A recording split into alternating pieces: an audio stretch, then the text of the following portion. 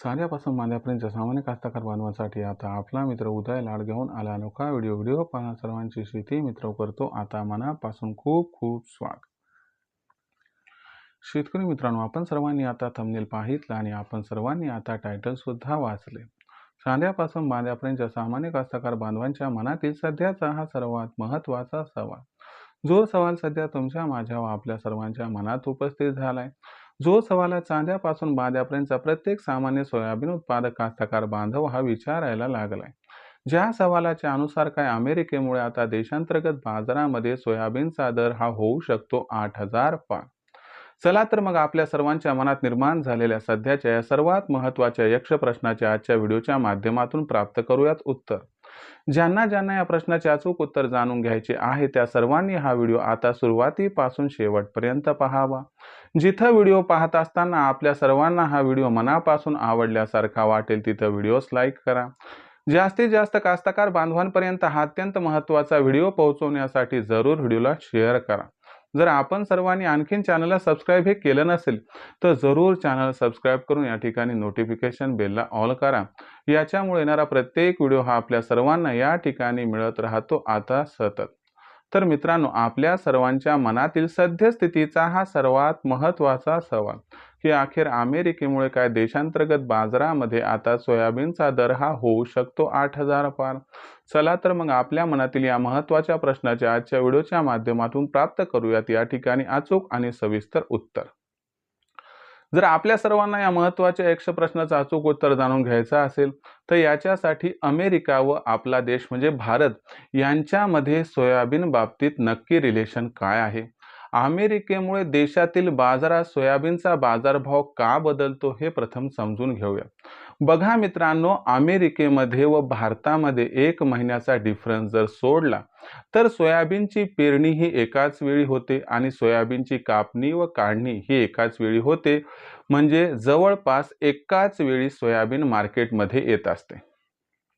अमेरिकेमध्ये सोयाबीन हे सप्टेंबरच्या शेवटी विक्रीला उपलब्ध होते तर भारतामध्ये सोयाबीन हे 15 ऑक्टोबर नंतर विक्रीस उपलब्ध होत असते. म्हणजे सामान्यतः 3 ते 4 आठवड्याचा फरक आहे. आता भारतात जेवढं सोयाबीन उत्पादन होते त्याच्यापेक्षा 10 ते 11 पट अधिक उत्पादन कुठं होते, अमेरिकेत.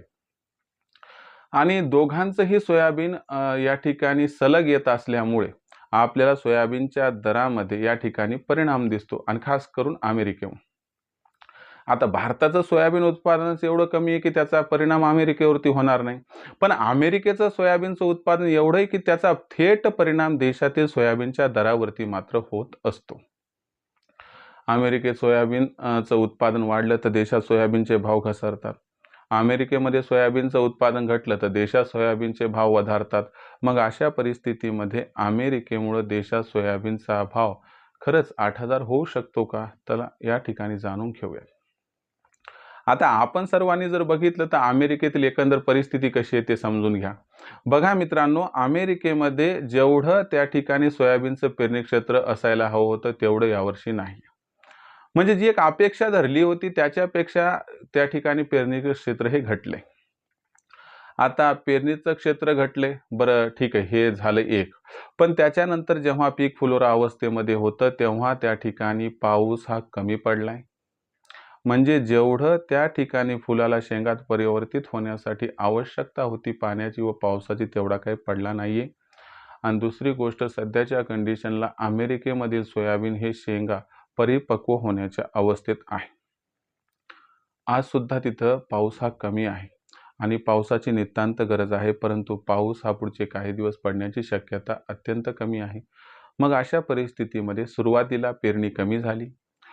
त्याच्यानंतर आपण जर बघितलं तर फुलोरा अवस्थेमध्ये त्या ठिकाणी पाऊस कमी पडल्यामुळं फुलं काही ना काही प्रमाणात तर त्या ठिकाणी डॅमेज होणार. तिथं 10 ते 12% उत्पादन घटू शकते आणि शेंगा परिपक्व होण्याच्या अवस्थेत सुद्धा पाऊस सध्या कमी आहे तर इथं सुद्धा एक 8 ते 10% डॅमेज होऊ शकते. ओव्हरऑल जर आपण बघितलं तर एक जवळपास एक 10% उत्पादनामध्ये घट दिसू शकते. पण अमेरिकेचं उत्पादन 10% घटणं म्हणजे भारता एवढं सोयाबीनचं उत्पादन घटणं. अमेरिकेचं उत्पादन 1200 लाख टन आहे, भारताचं 120 लाख टन आहे. म्हणजे अमेरिके च्या तुलनेत भारताचं उत्पादन 10% म्हणजे जर उत्पादन घटलं तर भारता एवढं घटणार आहे.